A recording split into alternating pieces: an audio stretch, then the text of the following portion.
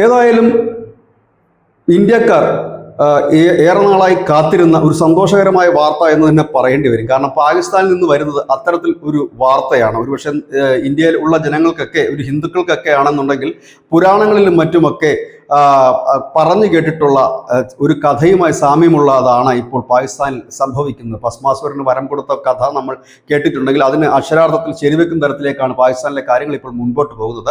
Operation സിന്ദൂറിന് ശേഷം ഈ ഭീകര സംഘടനാ നേതാക്കളെല്ലാം തന്നെ ഒളിവിലാണ്. ജെയ്ഷെ മുഹമ്മദും ലഷ്കർ-ഇ തോയ്ബയും അടക്കമുള്ള സംഘടനകളെ ഒരു പരിധിവരെ തകർത്തെറിഞ്ഞു നമ്മുടെ ഓപ്പറേഷൻ സിന്ദൂർ. അതിനുശേഷം അത് പുനരുജ്ജീവിപ്പിക്കാൻ പാക് ഭരണകൂടവും ഈ ഭീകര നേതാക്കളുമൊക്കെ ശ്രമിക്കുന്നുണ്ടെങ്കിൽ പോലും വീണ്ടും അവരെല്ലാം ഒളിവിൽ പോയിരിക്കുകയാണ്. നമ്മളുടെ രാജ്യത്തിൻ്റെ ഒരു എക്സർസൈസ്, ഒരു അഭ്യാസം, സംയുക്ത സൈനിക അഭ്യാസം ഇപ്പോൾ നടന്നു വരികയാണ്, ഓപ്പറേഷൻ തൃശ്ശൂർ. അതിൻ്റെ പശ്ചാത്തലത്തിലാണ് ഇവരെല്ലാം പോയിരിക്കുന്നത്. ഇപ്പോൾ പുറത്തു വരുന്ന മറ്റൊരു വാർത്ത, ഈ ജെയ്ഷെ തലവൻ മസൂദ് അസറിന് വലിയ നഷ്ടമാണ് ഈ ഓപ്പറേഷൻ സിന്ദൂർ സമയത്ത് സംഭവിച്ചത്.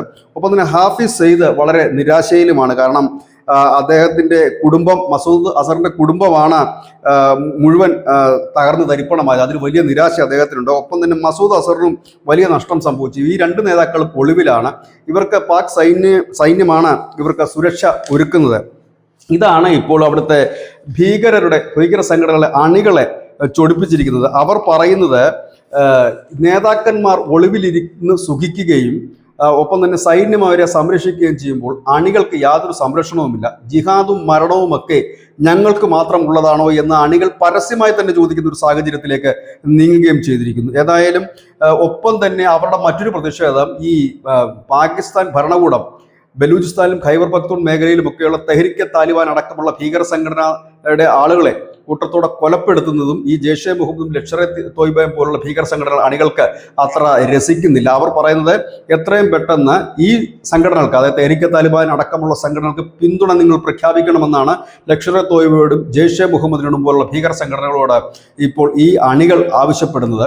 ഒപ്പം തന്നെ അഫ്ഗാനിസ്ഥാനിൽ പാകിസ്ഥാൻ വ്യോമാക്രമണം നടത്തിയതിനെയും നിശിതമായി തന്നെ ഈ അണികൾ വിമർശിക്കുന്നുണ്ട്. കാരണം നമ്മൾ എന്തിനു വേണ്ടിയിട്ടാണോ നിലകൊള്ളുന്നത് അതിന് ഘടകവിരുദ്ധമായിട്ടാണ് പാക് സർക്കാർ മുൻപോട്ട് പോകുന്നത്. തങ്ങളെ നയിക്കേണ്ട ഭീകര സംഘടനയുടെ തലവന്മാരെല്ലാം തന്നെ ഒളിവിലാണ്. അവർക്ക് സൈന്യം സംരക്ഷണം നൽകുന്നുണ്ട്. തങ്ങൾക്ക് സംരക്ഷണവുമില്ല, മരിക്കാൻ മാത്രമായി വിധിക്കപ്പെട്ടവരാണ് തങ്ങൾ.